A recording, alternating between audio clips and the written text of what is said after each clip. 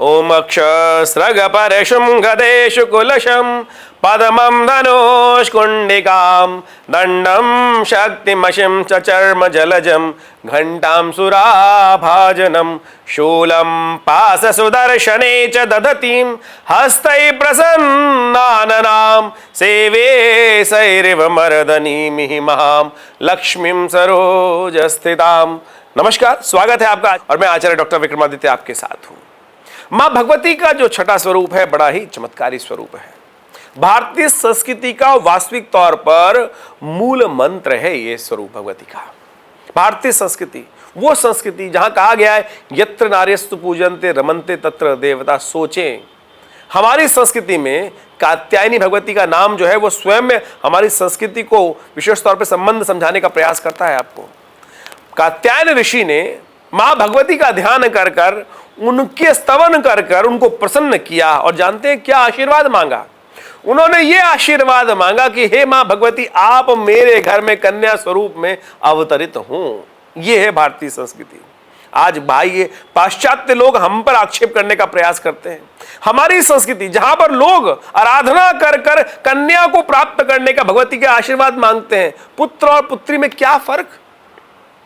जो संस्कृति में आज हमारे यहाँ जिस प्रकार का स्वरूप लोग हमें बताने का प्रयास कर रहे हैं, उसके वास्तविक स्वरूप को समझने का प्रयास तो करना चाहिए। जिन लोगों ने भारतीय संस्कृति का अध्ययन नहीं किया, भारतीय संस्कृति को समझा नहीं, आज वो हम पे कटाक्ष करते हैं और हम बैठकर सुन लेते हैं। क्यों? क्योंकि हमें ज्ञान ही नहीं है। आज आवश्यकता है हम भारतीय संस्कृति के मूल रूप की जो सिद्धांत की बातें हैं उनको समझने का प्रयास करें। ये भगवती कात्यायनी स्वरूप, कात्यायन ऋषि जिनके घर में मां भगवती ने उनकी आराधना से प्रसन्न होकर उनको वरदान दिया और आशीर्वाद प्रदान किया कि मैं तुम्हारे यहां कन्या स्वरूप में, कन्या रत्न में उपस्थित होंगी। ऐसी भगवती के दिव्य स्वरूप का ध्यान करने का नियम शास्त्र में आज की तिथि में बताया जाता है। कन्या पूजन करने का जहां नियम हो, किसी और धर्म में कहीं बात ही नहीं की जाती। आज कटाक्ष करने के लिए लोग हम पर व्यवस्था करते हैं। तो इतना सुंदर अवसर कात्यायनी भगवती का ध्यान करने का, चमत्कारी स्वरूप है भगवती का। आपके मानस पटल में जितने भी कष्ट हैं उन सब को दूर करने का यदि कोई स्वरूप हो सकता है तो ये कात्यायनी स्वरूप। 4 हाथ ऐसी भगवती के हाथ में खड़ग धारण करती हैं, एक हाथ वरद मुस्ता में रहता है, प्रसन्न मुद्रा में सिंह पर आरूढ़ मां भगवती। और ये दिव्य स्वरूप जो है मां भगवती का समस्त रूप से जगत का कल्याण करने वाला स्वरूप है, समस्त प्रकार के मनोरथों को सिद्ध करने वाला है। जैसे भी आपका है, जो आपकी जयंती मंगला काली, भद्रकाली, कपालिनी, दुर्गा, क्षमा, शिवा, धात्री, स्वाहा, स्वधा, नमोस्तुते, ऐसे भगवती के विभिन्न स्वरूपों का ध्यान करते हुए यदि आप अपने निमित्त मां भगवती का के निमित्त अब जो आपकी मनोकामना है उसका भगवती के निमित्त अर्पण करेंगे, प्रार्थना करेंगे तो अवश्य पूर्ण होने के योग बनेगी। सोचें, संसार की पराशक्ति किसी के यहाँ ऐसा आशीर्वाद प्रदान करके हम तुम्हारे कन्या के स्वरूप में, हम तुम्हारे पुत्र के संतान के रूप में जन्म लेने की व्यवस्था बनाएंगे, तो यदि किसी संस्कृति में हो सकता है तो भारतीय संस्कृति सनातन पद्धति में उसका नियम बताया गया है, उसका वर्णन किया गया है। तो आप भी अपनी संस्कृति में विश्वास करें। ये जो छठा दिवस है बहुत ही चमत्कारी है। ऐसे में कहा जाता है कि भगवती को लाल वस्त्र अर्पित करने चाहिए, हलवे का भोग लगाना चाहिए, गुड़ से बने हुए पदार्थ के जो भोज्य है वो भगवती को अर्पित करने चाहिए। गुड़ की बनी हुई जो भी पदार्थ हो सकते हैं, मीठा पिष्टान भोजन है, उन सबको मां भगवती के निमित्त अर्पित करें। उससे जन्म कल्याण के मार्ग प्रशस्त होते हैं, आपके मनोकामना सिद्धि के मार्ग प्रशस्त होते हैं। भगवती का सुंदर मंत्र है सर्व मंगल मांगल्ये शिवे सर्वार्थ साधिके शरण्ये त्र्यंबके गौरी नारायणी नमोस्तुते। इस मंत्र का भगवती के निमित्त यज्ञ करें, जप करें, यथाउचित भाव से पूजन करें। देखिए जीवन में कल्याण का मार्ग प्रशस्त होगा।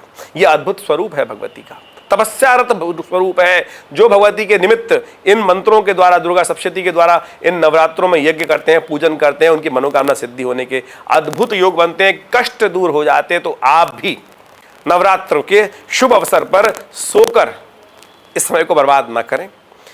यदि आप इन नवरात्रों में विशेष तौर पे या निशा सर्वभूतानि तस्याम जागृति संयमी, रात्रि का नियम है, नवरात्र है, 9 दिन नहीं है। हम सब लोग दिन में अपने पूजा पाठ को खत्म कर कर रात्रि में फिर सोने चले जाते हैं। ये कब तक सोने में जीवन को बर्बाद करेंगे हम? जागिए, जागृति की रात्र है। बड़े भाग्य मानुष तन पावा, सुर दुर्लभ, जो सुरों को, देवताओं को दुर्लभ है, ये मनुष्य योनि हमें प्राप्त हुई है।